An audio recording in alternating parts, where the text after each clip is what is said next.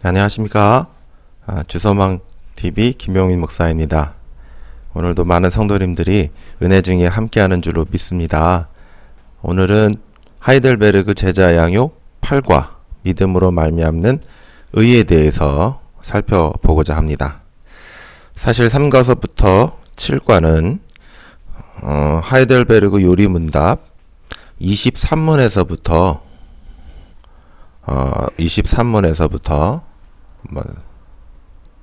7과는 하이델베르그 요리문답 23문에서부터 58문에 이르는 사도신경의 해설 부분이라고 볼 수 있습니다. 성부 하나님에 대해서, 성자 예수님에 대해서, 성령 하나님에 대해서 지금까지 나누어 살펴봤는데요. 그런데 이게 구조적으로는 요 앞에 어떤 질문이 있었냐면 21문이 있어요. 21문 참된 믿음이란 무엇입니까? 그리고 22문 그러면 그리스도인들이 믿어야 할 것은 무엇입니까? 에 대한, 그러니까 전체 서문으로 우리가 결국은 복음으로 예수 그리스도의 복음으로 의로워져야 되는 건데, 복음을 믿음으로, 그리스도를 믿음으로 의로워져야 되는데, 우리가 믿어야 하는 것들이 무엇입니까에 대한 믿음의 내용들이 지금 3과서부터 7과 하이델베르그 23문에서부터 58문에 이르는 내용이었습니다. 여기에 대한 대답이라고 볼 수 있죠. 그리고 이제 드디어 8과를 살펴보는데, 그것을 믿음으로 말미암아 우리는 의롭다 하심을 얻었다 라고 볼 수 있는 것이죠. 사실 교회사에 있어서 칭의는 매우 중요한 교리였습니다. 요거 좀 지우할까요? 교회사에 있어서 교리는 매우 중요한 교리였어요. 루터를 비롯해서 수많은 종교개혁자들이 로마 카톨릭의 모진 핍박과 박해에도 불구하고 종교개혁으로 나아가게 했던 결정적 이유가 바로 칭의 교리, 곧 믿음으로 말미암아 의롭다 하심을 얻는 교리 때문이었습니다. 오늘은 이 8과 전체에서 그와 같은 칭의 교리에 대해서 개략적으로 살펴보고자 합니다. 핵심은 보는 것처럼 예수 그리스도를 믿음으로 의롭다 칭함을 받는다. 그래서 믿음에 대해서, 그리고 믿음으로 말미암는 의에 대해서 살펴보고자 합니다. 첫 번째, 1번 하이델베르그 요리문답 21문은 참된 믿음에 대해서 세 가지를 가르치고 있습니다. 이 세 가지를 자신의 말로 말해봅시다 했을 때, 먼저 하이델베르그 요리문답 21문의 내용을 살펴보겠습니다.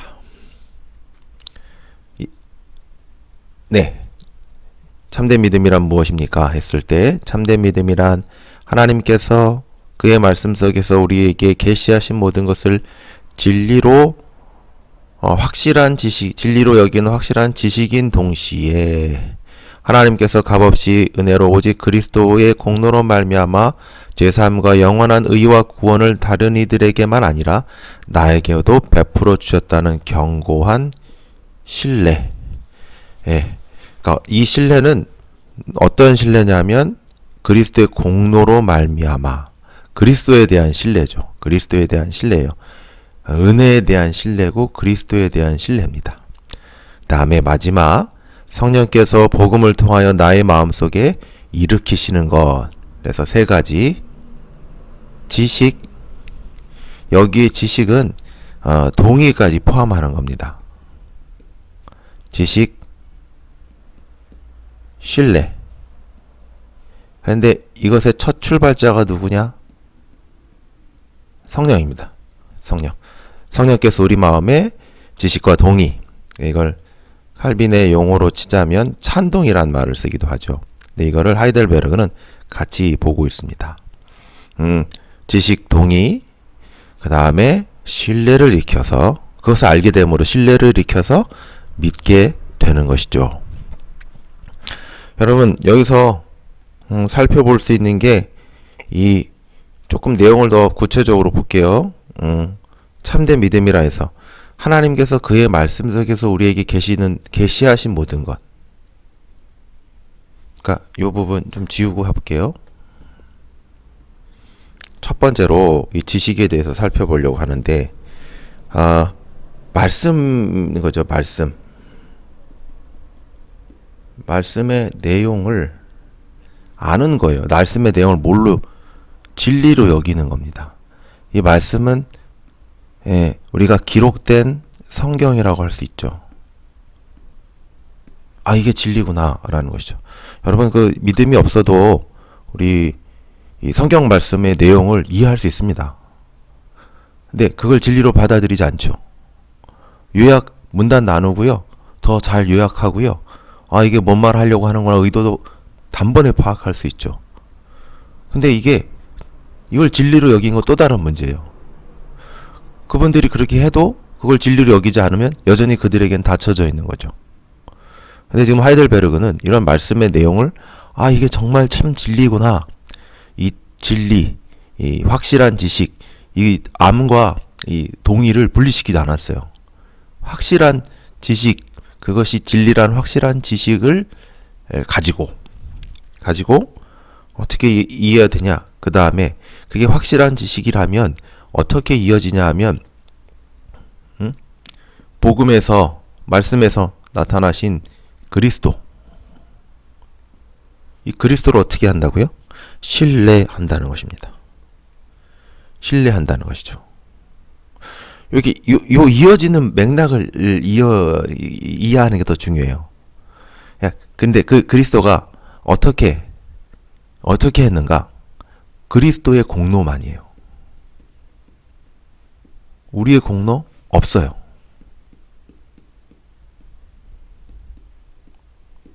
없어요. 이게 지금 우리로서는 당연하다 느껴지지만 그 당시 중세 로마 카톨릭이 지배하고 있었던 그 시대에서 어쩌면 세미펠라기안 혹은 뭐 그 정도 선에서 의화관을 가지고 있었던 로마 카톨릭과는 전혀 다른 맥락인 거예요.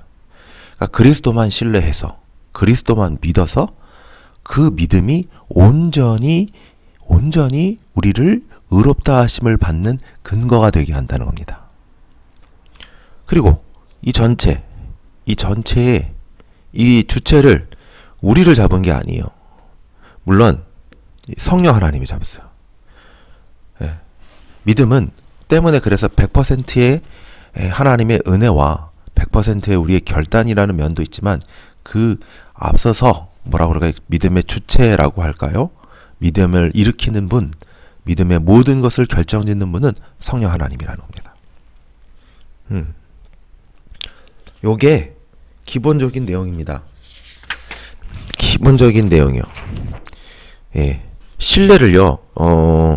신뢰를 루이스 벌콥 같은 분은 이렇게 얘기했어요. 루이스 벌콥 제가 한번 읽어드릴게요.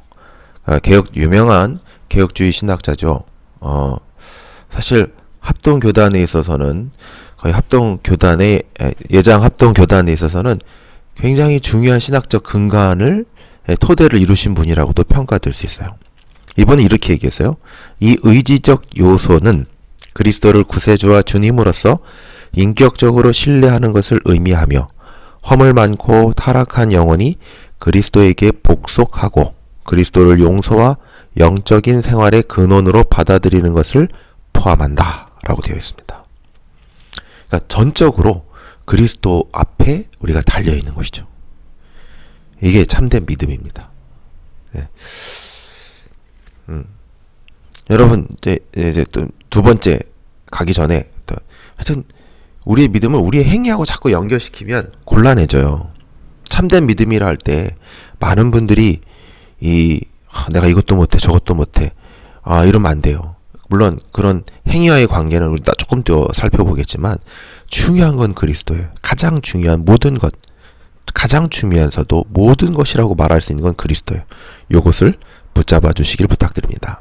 다음 넘어가겠습니다. 이 믿음의 대상은 누구이며 이렇게 믿어야 하는 이유는 무엇일까요? 라고 되어 있습니다. 두 구절을 통해서 알 수 있습니다. 요한복음 3장 16절서부터 17절 하나님이 세상을 이처럼 사랑하사 독생자를 주셨으니 이는 그를 믿는 자마다 멸망치 않고 영생을 얻게 하려 하심이라. 하나님이 그 아들을 세상에 보내신 것은 세상을 심판하려 하심이 아니요 그로 말미암아 세상을 구원받게 하려 하심이라. 이 부분에서는 대상을 알 수 있는데, 믿음의 대상은 여러분 그리스도입니다. 그리스도. 그를 믿는 자죠. 하나님이 누구를 주셨죠? 독생자를 주셨습니다. 독생자가 바로 그죠. 네, 예수님입니다. 예수님. 예수님을 믿는 자마다 멸망치 않고 영생을 얻게 하려 하심이라 라고 되어 있어요. 예수 그리스도를 믿음으로 우리는 하나님을 믿는 것입니다. 우리 하나님을 믿는 사람, 말이 틀린 말은 아니에요. 그런데 생각해보세요. 이런 사람이 있을까요? 내가 예수님 못 믿겠어요. 그런데 하나님은 믿어요. 이런 사람 있을까요? 성경이 이런 믿음을 알 수 있을까요? 이런 차원에서 믿음의 대상은 예수님이 되는 겁니다. 예, 예수님이 뭐라고 말씀하셨죠? 자기를 본 자는, 아들을 보는 자는 누구를 본다고요? 아버지를 본다고요. 아버지는 누구죠? 하나님이죠. 아들을 믿는 자는 하나님을 믿는 거예요. 반대로 아들을 믿지 않는 자는 하나님을 믿지 않는 거예요. 그럼으로써 이런 의미에서 믿음의 대상은 하나님, 예수 그리스도입니다. 우리는 예수님을 통해서 하나님, 삼위 하나님을 믿습니다. 다음 두 번째, 요거 좀 지우고요. 믿음의 이유에 대해서 살펴봅시다. 갈라디아서 2장 16절, 사람이 의롭게 되는 것은 율법의 행위에서 말미암음이 아니요 오직 예수 그리스도를 믿음으로 말미암는 줄 알므로 우리도 그리스도 예수를 믿나니 이는 우리가 율법의 행위로서가 아니요 그리스도를 믿음으로써 의롭다함을 얻으려 함이라. 율법의 행위로서는 의롭다함을 얻을 육체가 없느니라 라고 말씀하고 있습니다. 왜 우리가 믿어야 되는가? 여기 나타난 것처럼 율법의 행위를 통해서는 의롭다함을 얻을 육체가 없어요. 왜 우리가 그리스도를 믿어야 되는가? 그리스도를 믿음으로만 의롭다함을 얻기 때문입니다. 누구든지 그리스도를 믿기만 하면 의롭다함을 받습니다. 예, 율법의 행위로서는 절대로 의롭다함을 얻을 육체가 없습니다. 구원받고자 하는 자들은 모두 그리스도를 믿어야 합니다. 이 믿음이 우리의 의롭다함, 우리의 구원을 얻을 수 있기 때문입니다. 다음 넘어가겠습니다. 3번. 예수님은 주여 주여 하는 자마다 영생을 얻는다고 말하지 않습니다. 야고보 사도 역시 행함이 없는 믿음은 죽은 믿음이라고 했습니다. 참된 믿음과 행함은 어떤 관계에 있을까요? 라는 부분입니다. 사실 오늘날에 있어서 이 부분이 굉장히 많은 문제가 되고 있습니다. 왜냐하면 행함이 없는데 오히려 안 믿는 것 같은데 자기 믿는다고 하니까 사람들이 헷갈리는 부분들이 있죠. 분명히 신자라고는 하는데 신자 같지 않은 삶을 사니까 사람들이 이게 뭐지? 한국교회 지탄과 비판의 대상이 되기도 하는 이유가 되기도 하죠. 근데 이런 문제는 다만 지금에 있었던 부분뿐만 아니라 초대교회 당시에도 있었던 것 같습니다. 야고보서 2장 17절부터 19절, 20절 이와 같이 행함이 없는 믿음은 그 자체가 죽은 것이라. 네, 19절 내가 하나님 한 분이신 줄 믿느냐? 잘하는도다. 귀신들도 믿고 떠느니라. 아하, 허탄한 사람아, 행함이 없는 믿음이 헛것인 줄 알고자 하느냐? 라고 되어 있어요.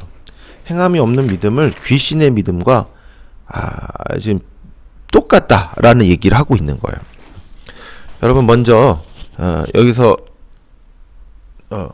이 주여 주여 하는 자마다 영생을 얻는다 라고 하지 않는 부분, 이거는 마태복음의 맥락을 좀 살펴볼 필요가 있어요.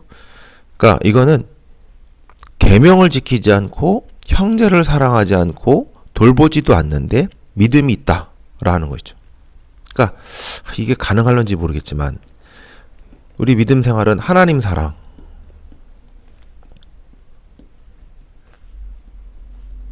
이웃 사랑이라는 두 축이 있잖아요. 혹은 형제 사랑이라도 포함할 수 있어요. 근데 내가 하나님은 사랑하는데 이웃은 안 사랑해. 이게 지금 주여 주여 하는 자마다 영생을 얻는다라고 말하지 않는다는 것의 맥락이고, 야고보서도 사이에 행함이 없는 믿음은 죽은 믿음이라고 말하는 믿음도 바로 이런 믿음이에요. 예. 이런 믿음을 죽은 믿음이라고 하는데, 예? 생각해 보는 거죠. 하나님 사랑이 이웃 사랑으로 나타나지 않을 수 있을까? 되게 어려운 질문입니다. 어려운 질문이요. 하나님 사랑이 이웃 사랑으로 나타나지 않을까? 그냥 쉽게 없다라고 얘기하지 마시고, 이 구원론의 차원에서 보면 굉장히 심각한 질문이면서도 어려운 질문이에요. 그걸 머릿속에 염두에 두고 가세요. 이 믿음을 지금 야고보서는 귀신의 믿음하고 똑같다라는 거예요. 그러니까 아무 의미가 없다는 거예요. 이건 믿음도 아니다라는 의미입니다. 왜? 믿음이 헛것인 줄 모르냐라고 말하고 있기 때문에. 근데 이 부분에 대해서 이제 씨 뿌리는 비유를 통하여 조금 더 상세하게 설명하고 싶습니다. 이건 다 안 읽을게요. 다 아시는 거니까. 지금 왜 이 얘기를 드리냐? 어떤 사람이 반응을 한단 말이에요. 여기서 나타나는 것처럼 길가에 뿌려진 사람 아예 반응도 안 해요. 이분들은 문제가 되지 않아요. 근데 여기 돌밭에 뿌려졌다는 분 반응을 해요. 그죠? 가시떨기에 뿌려진 것 반응을 해요. 반응을 해. 그런데 결실을 못해요. 여기도 결실을 못하고요. 견디다가 넘어지는 자라고 그랬어요. 예, 이런 것들을 이 하이델베르그의 저자이자 공동저자라고 할 수 있지만 주요한 내용들을 다 세워놓을 수 있는 우르시누스는 일시적 믿음이라고 정의했습니다. 일시적 믿음.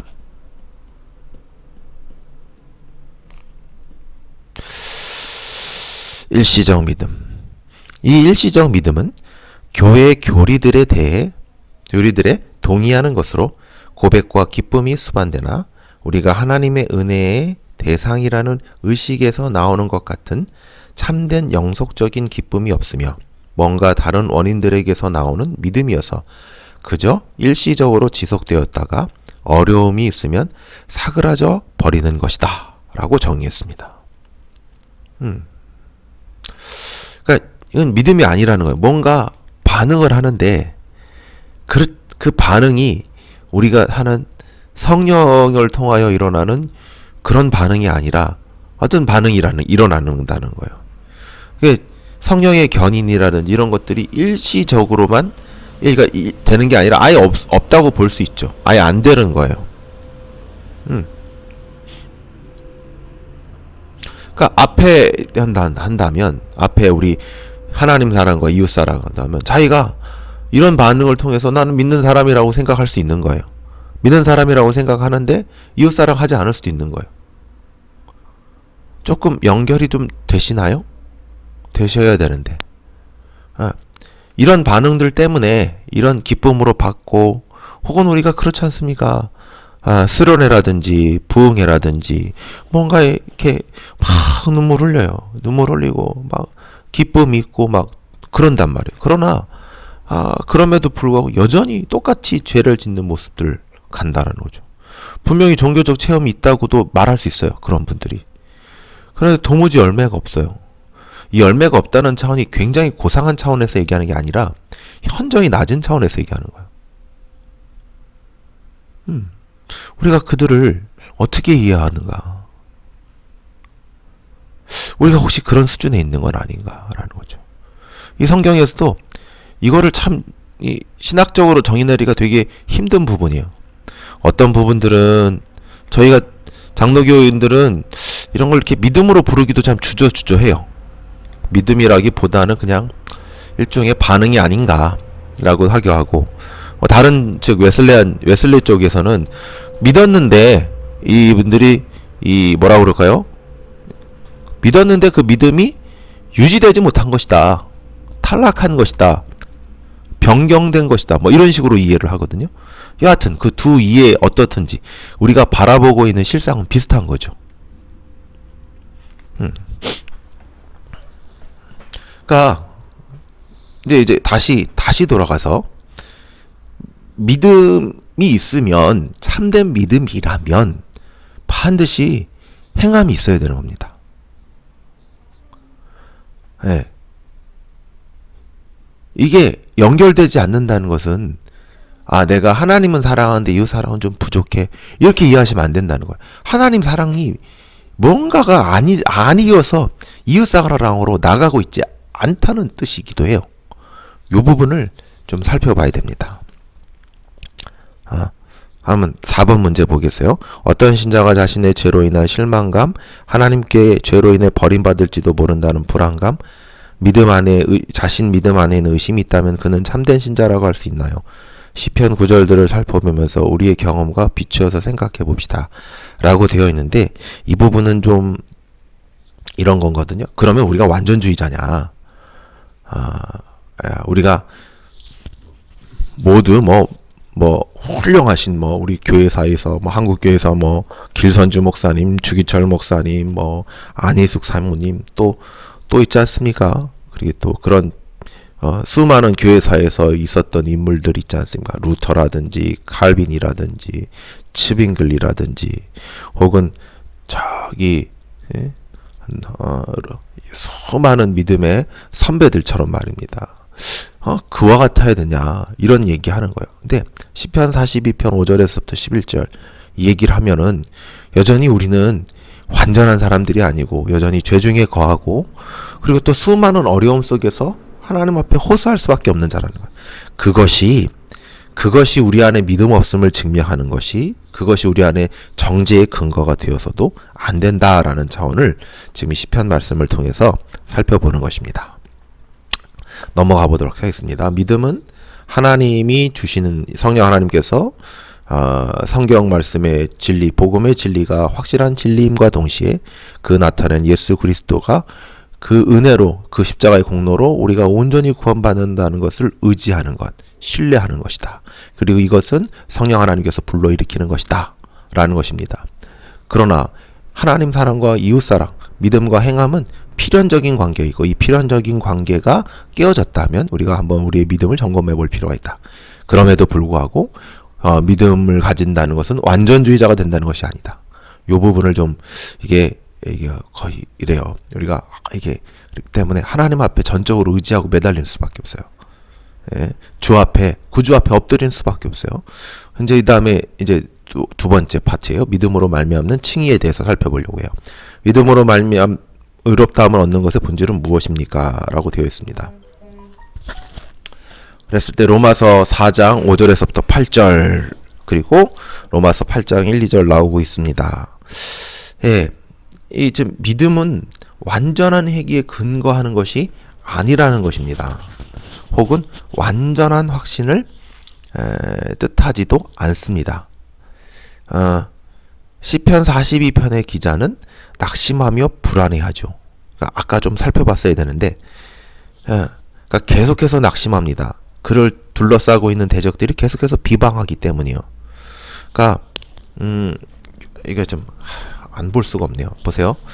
낙심 계속 하잖아요. 어찌하여 내 속에서 불안해하노? 불안해요. 왜 불안하는가? 왜 불안하는가? 왜 낙심하는가? 했는데 여기 나오지 않습니까? 내 반성이 말해 어찌하여 어찌하여 나를 잊으셨는가? 이렇게 말해요. 어찌하여 내 원수가 아주 나를 슬프게 하는가? 예, 내 영혼 어찌하여 낙심돼서 불안해하는가? 소망을 두라 하나님께 상도하니라, 이렇게 말씀합니다.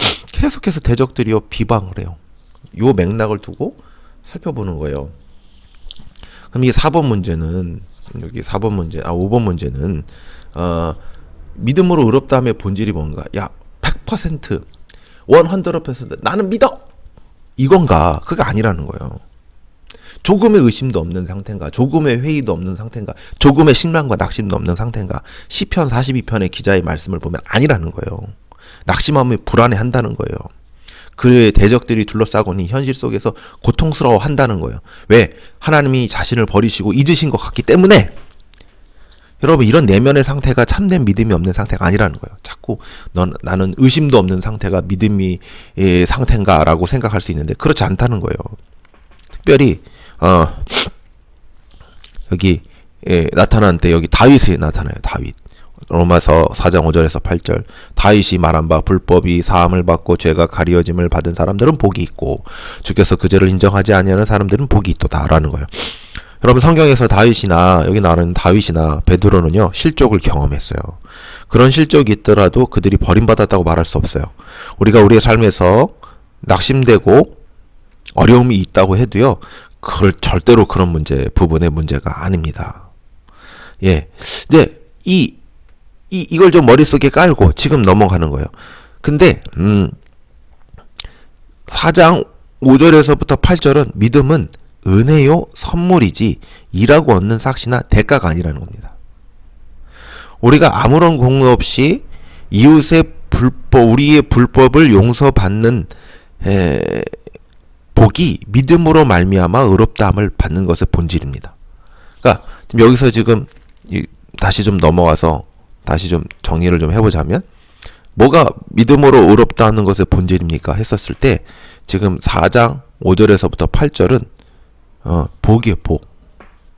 복은요, 그러니까 복이에요. 또 복이에요. 복이에요. 일하지 않고 경건하지 아니하는 자. 일이 아니라는 거예요. 일 아니에요. 누구의 공로도 아니에요. 예? 의로 여김을 받은 의로운 자가 아니에요. 경건하지도 않고 의로운 자도 아니에요. 그 의로 여기지 않고 용서를 받은 거예요. 용서를 받은 거. 이게 뭐냐? 복이에요. 복. 공로가 없어요? 우리의 불법이 용서받는 것이에요? 그게 복이에요. 복. 선물이에요. 선물. 이유 없이 주어지는 복이 이 칭의의 본질이에요. 8장 1, 2절. 칭의의 본질은 정죄함이 없는 거예요. 죄와 사망의 법에서 그를 해방한 것이 바로 칭의의 본질이에요. 여기서 정죄함이 없다는 것은 법정적 용어예요.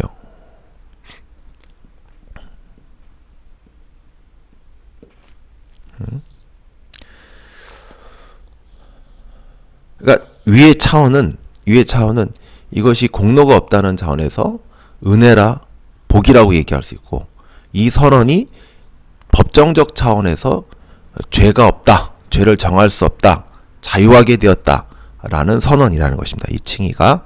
넘어가겠습니다. 성도는 여전히 죄를 짓고 있는 죄인입니다. 그런데 어떻게 해서 하나님께로부터 의롭다함을 얻습니까? 하이델베르그 60문 내용을 살펴보겠습니다. 그대는 어떻게 해서 하나님 앞에 의롭다 하심을 받습니까? 이건 예상되는 대죠. 예상되는 대로요. 아까도 봤지만 참된 믿음이 그리스도를 신뢰하는 거잖아요. 답. 오직 그 예수 그리스도를 믿는 참된 믿음으로만 의롭게 됩니다. 참된 믿음으로만 의롭게 되는 거예요. 이제 나머지는 부연 설명이에요. 즉 다시 설명하시는 거죠. 내가 하나님의 모든 계명을 거슬러 극심한 죄를 범하였고 그것들을 하나도 지키지 않았으며 또한 여전히 모든 악에게로 기울어지는 성향이 있다는 것을 나의 양심이 고소하지만, 지금 나의 상태인 거예요. 죄인인 나의 상태, 경건하지 않은 나의 상태인 거예요. 하나님께서는 내게 공로가 전혀 없는 상태에서 순전한 은혜로 그리스도의 완전한 보상과 의유와 거룩함을 내게 베푸시고 전가시키셔서 그리스도의 공로 혹은 그리스도의 의유와 거룩과 보상을 베푸시고 전가시켜서 마치 내가 전혀 죄를 범한 적이 없고 그리스도께서 나를 위해 이루신 모든 순종이 나 스스로 이행한 것처럼 여깁니다. 나는 믿는 마음으로 그런 은덕을 받아들입니다. 라는 것이죠. 이 내용 솔직히 그대로입니다. 그대로요. 우리가 지금 믿음으로 의롭다는 상태, 우리가 어떻게 의롭다느냐, 참된 믿음을, 예수 그리스도를 참된 믿음으로 하는데 우리는 전혀 의의가 없는 상태예요. 죄악된 상태이고 항상 악에게 기울어지는 상태예요. 이런 상태에 있는 죄인이 어떻게 되냐? 이거를 우리가 이 상태를 전적 타락이라고도 하래요. 전적 타락. 근데 하나님께서 어떻게 하셨는가? 우리 죄인들을 살리시기 위해서 무지한 하나님의 아들을 이 땅에 보내주셔서 보내주셔서 십자가에 달린 죽음, 죄의 대가가 죽음이라는 그 완전한 보상과 그가 이뤄놓으신 의와 거룩함을 우리에게 덧입혀 주신 거예요. 그것으로 우리는 의로워지는 겁니다. 다음 넘어가겠습니다.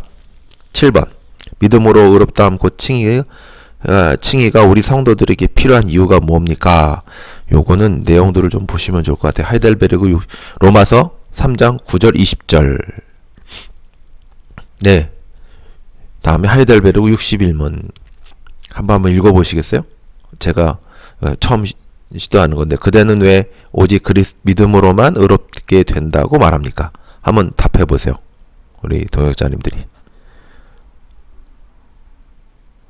네. 답하셨죠? 네. 나의 믿음이 가치가 있어서 그것 때문에 내가 하나님께서 받으실 만한 뜻이 아니고 마찬가지입니다. 우리가 살펴봤던 내용들이죠. 예, 왜 지금 로마서 3장 9절에서부터 20절 왜 그러냐 하면 여러분 이미 살펴본 거예요. 율법의 행위로는 그 앞에서 의롭다함을 얻을 육체가 없어요. 믿음 외에 방법이 없어요. 복음 외에는 방법이 없어요. 사람은 다 치우쳐. 다 죄를 지어요. 죄를 지면 무조건 심판을 받아야 돼요. 사람이 하나님의 의를 만족시키고 그 의를 보상해야 구원을 얻을 수 있는데 구원을 얻을 수 있는 육체가 없어요. 모든 사람이 그래요. 그렇기 때문에 우리를 구원해주는 중보의 방식, 곧 예수 그리스도가 우리의 죄를 대속해 주시고 그의 의와 그의 순종을 우리에게 덧입혀 주시는 전가의 방식이 아니고서는 구원을 얻을 수가 없어요. 그럼 율법은 뭐냐? 율법은 우리가 죄인이라는 것을 깨달을 볼 뿐이에요. 예. 왜 그렇습니까? 라는 거예요. 예. 여기서 이제 어떤 게 나오냐면, 믿음이 가치가 있다는 의미가 아니다라는 거예요. 아, 내가 믿었기 때문에, 아닙니다. 뭐냐? 오직 그리스도의 보상과 의와 거룩함이 하나님 앞에서 나의 의이기 때문입니다. 내 믿음이 가치가 있는 게 아니라 그리스도의 보상 때문에, 의 때문에, 거룩 때문에 그 믿음이 그리스도와 연합되었기 때문에 그 그리스도가 우리에게 전가되기 때문에 이 의를 받을 길이 없어요. 다른 게. 지금 이 얘기하고 있는 겁니다. 8번 칭의를 받은 성도들의 삶은 어떤 모습일까요? 진정한 성도라면 칭의를 자신의 죄 짓는 것을 합리화하는 수단으로 삼을 수 있을까요? 그럴 수 없죠. 그럴 수 없습니다. 이 말씀 보시면 다음과 같습니다. 근데 다 읽지는 못하겠고 중요한 6장 1, 2절만 읽어보겠습니다. 한번 제가 교독할까요? 제가 1절 읽을 테니까 여러분들이 2절 읽어주실래요? 반대로 해보죠. 여러분들이 1절 읽어주시고 제가 1절 읽을게요. 한번 1절 읽어주시겠어요? 그런즉 제가 2절 읽을게요. 그럴 수 없느니라 죄에 대하여 죽은 우리가 어찌 그 가운데 더 살리요? 라고 되어 있습니다. 여러분 이 말씀들 우리가 읽진 않았지만 5장이라든지 6장 말씀들이 얘기하고 있는 바는 뭐냐면 이런 게 말이 안 된다는 거예요. 말이 안 된다는 거예요. 논의 밖이라는 겁니다. 논의 밖이라는 거예요. 특별히 6장 1, 2절은요. 그럴 수 없다고 얘기해요. 너무 명백한 거예요. 야, 은혜를 더 받으려고 죄에 더하기에는 그럴 수 없다라는 거예요. 우린 죄에 대해서 죽었다라는 거예요. 죄에 대해서 죽었다라는 거예요. 그리고 로마서 10장 너희의 죄가 죽을 몸에 지배하지 못하게 하여 몸에 사유 순종하지 말고 또한 너희 지체를 불의의 무기로 내주지 말고 죽은 영혼 다시 살아나는 하나님께 드리며 너희 지체를 의의 무기로 드리라 라고 얘기했어요. 예, 우리는 의의 병기고 의의 무기로 드려져야 되는 삶을 살아야 되는데 이것과 정반대의 삶을 살면서 나는 의롭다 하심 받았다 이렇게 말할 수 없다는 거예요. 이게 길이 다르다는 거예요. 여기서 관계라든지 방향성이 나와요. 문제가 나와요. 그러니까 믿음은 하나님께로 가는 길, 그리스도께로 가는 길. 그리고 이거는 하나님께로 가는 길, 이거는 세상에게 가는 길이에요. 우리가 믿음으로 가다가 넘어질 수 있어요. 그렇지만 방향성의 문제에서는 이쪽으로 넘어지는 거지 방향을 바꾼 건 아니라는 거예요. 근데 만약에 우리가 계속 죄를 짓는다면 방향이 이쪽인 거죠. 그러니까 그럴 수 없다는 거예요. 그럴 수 없다는 거예요. 사랑하는 동역자 여러분, 이제 다 한 것 같은데요. 우리가 예수 그리스도를 잘 믿어서 의롭다함을 얻은 자가 되었습니다. 잘 믿는다. 그 말이 참 여러 가지로 어폐가 있는데 그래도 이 표현이 어쩔 수 없이 써야 되는 것 같아요. 왜냐하면 이 땅에 믿는다고 하면서도 믿지 않는 사람들이 많이 있고 또 그래요. 예. 그리고 자꾸 이 믿음 자체를 절대화하고 내가 믿었기 때문에 이것이 은혜인지 모르고 자신의 믿음과 자신의 확신을 자신의 구원의 근거로 삼고자 하는 분들도 덜어 있어요. 그러나 동역자 여러분, 우리의 믿음은 그리스도를 믿는 믿음이고 그리스도의 은덕과 보상과 그의 거룩함이 우리에게 오는 놀라운 하나님의 은혜의 통로인 것입니다. 그런 것으로 우리는 믿음으로 말미암아 의롭다 하심을 얻었습니다. 그것은 전적인 하나님의 은혜요 복입니다. 이와 같은 복을 날마다 찬양하는 동역자 여러분 되어지기를 주의 이름으로 축원합니다. 네, 여러분 방송이 좋으셨다면 구독과 좋아요 부탁드리고 꼭 함께 해주시길 부탁드리겠습니다. 감사합니다.